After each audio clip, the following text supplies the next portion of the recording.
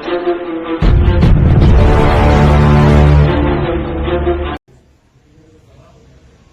दिनों से पुणे की एक घटना अखबार के और टेलीविजन की सुर्खियां बनी हुई है।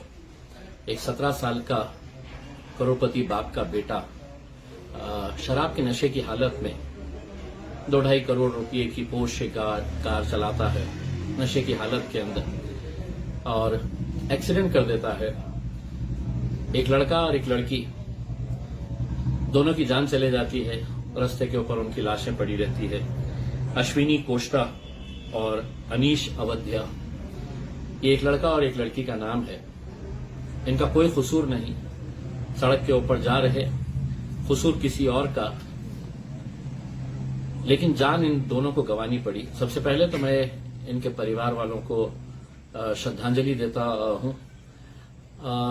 इस घटना से एक सवाल पैदा होता है उन माँ बाप के सामने जो पैसा कमाने की होड़ के अंदर अपने नौजवान बच्चे आज क्या कर रहे, किस हालात में है, अपने पैसे का इस्तेमाल कैसा कर रहे हैं, या अपने बाप के पैसों के ऊपर कैसी अय्याशी कर रहे हैं।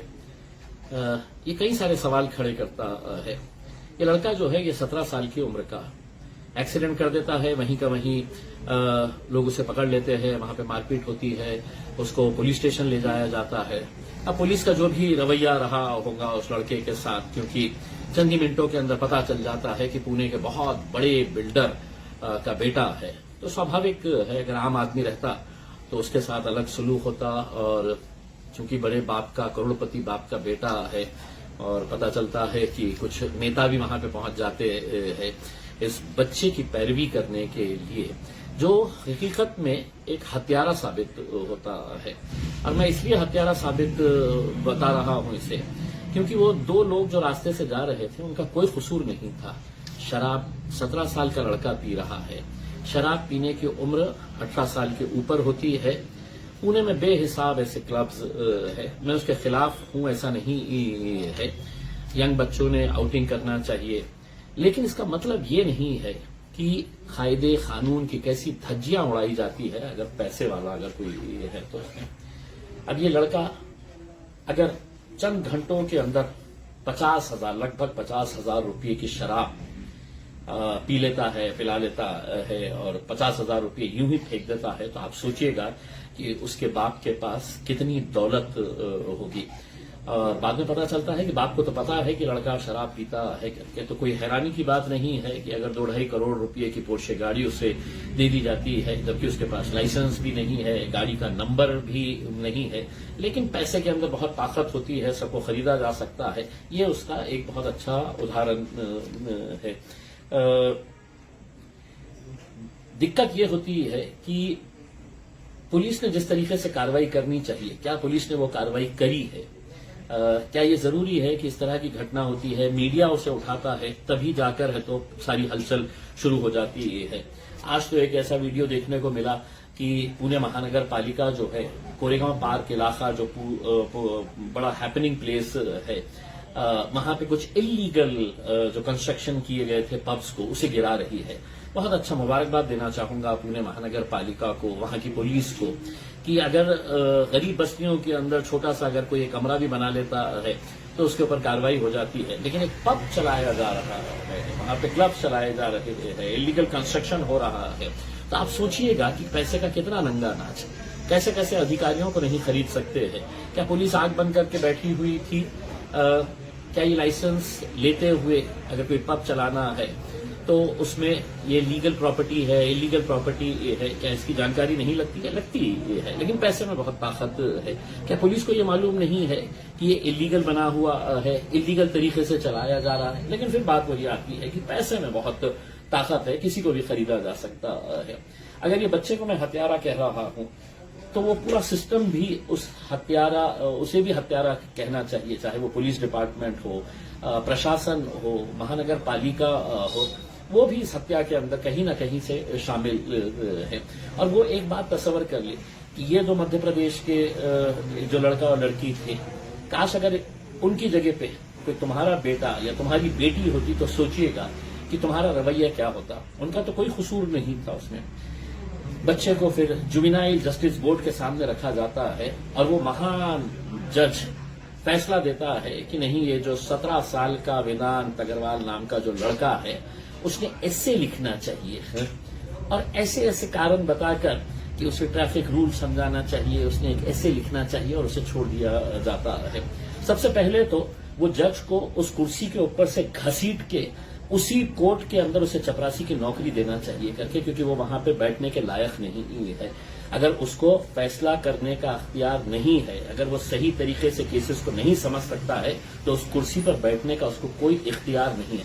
सबसे पहले तो उसे नीचे खींचा जाए करके, फिर बाद में बहुत सारे बातें सामने आती है कि किस तरीके से ये मामले को रफा दफा करने की कोशिश की जाती है, कैसे कैसे लोग इसके अंदर इन्वॉल्व हो जाते हैं।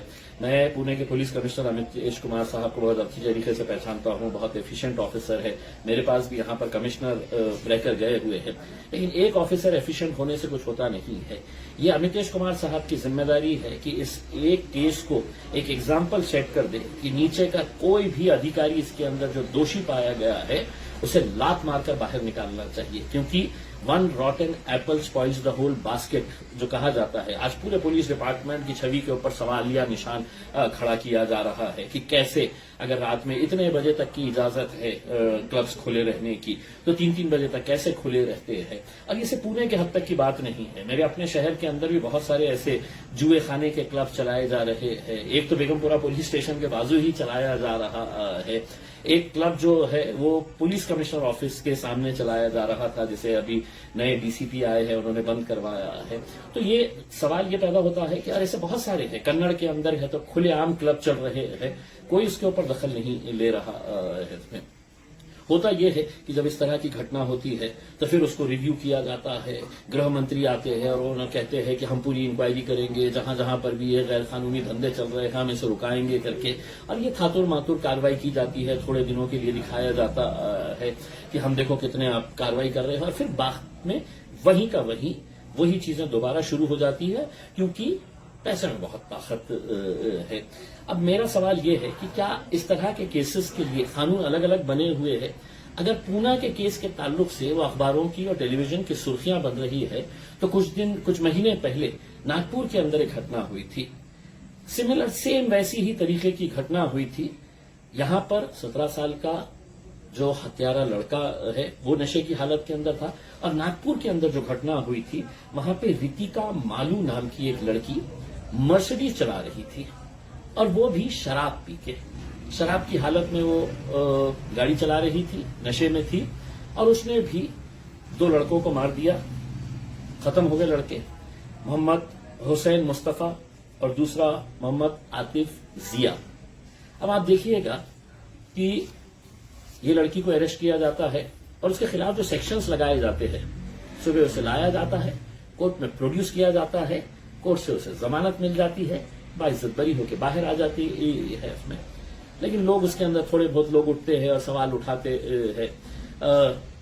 फरवरी में ये घटना हुई थी, अब मई हो चुका है, और अभी तक क्या वजह है कि वहां पे मरने वाले जो 2 लड़के हैं, क्या उनकी मौत सस्ती है? उनके लिए कोई सवाल नहीं उठाएगा? वो आरोपी को गिरफ्तार नहीं किया जाएगा? उस महिला को किस बुनियाद के ऊपर छोड़ा गया है? क्या वहां के पुलिस वाले दोषी नहीं है? क्या किसी के ऊपर अकाउंटेबिलिटी फिक्स होनी चाहिए या नहीं होनी चाहिए? इसमें सवाल यही पैदा होता है कि कब तक इस तरीके की घटनाएं होती रहेगी। माँ बाप पैसा कमाने के अंदर लगे हुए हैं, खुद के पास वक्त नहीं है क्लब्स जाने में, डिस्कोथेक्स, पब्स जाने में, ऐसी जगहों के ऊपर जाके। लेकिन बच्चा क्या कर रहा है?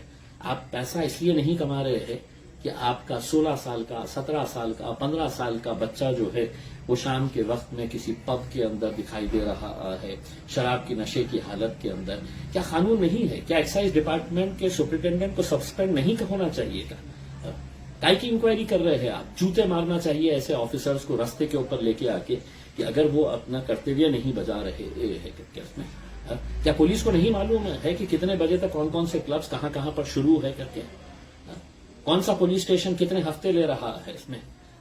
मैंने एक मरतबा लोकसभा के अंदर ये कहा था कि कोई हैरानी की बात नहीं है अगर किसी एक मंत्री ने यह कहा था कि 100 करोड़ रुपए हफ्ते लेके आने का है सिर्फ बंबई शहर से, तो कहां से आते हैं? यही क्लब से आते हैं, ऐसे ही पब से आते हैं, ऐसे ही गैर कानूनी जो कारोबार चलते हैं वहां से पैसे आते हैं उसमें। लेकिन आखिर मरने वाले कौन है? क्या इनके माँ बाप की हालत आज क्या हो रही होंगी? ये जो अश्विनी और अनीश लड़का है, या मोहम्मद हुसैन मुस्तफा, या मोहम्मद आकिफ जिया जो है, और कानून अलग अलग कैसा हो सकता है? नागपुर के अंदर क्यों इनके ऊपर कार्रवाई नहीं की जा रही है? मैं तो नागपुर के पूरी आवाम से, पूरी जनता से अपील करना चाहूंगा, आप भी, आपके घर वाले भी किसी दिन है तो ऐसे ही हत्या का शिकार हो सकते हैं।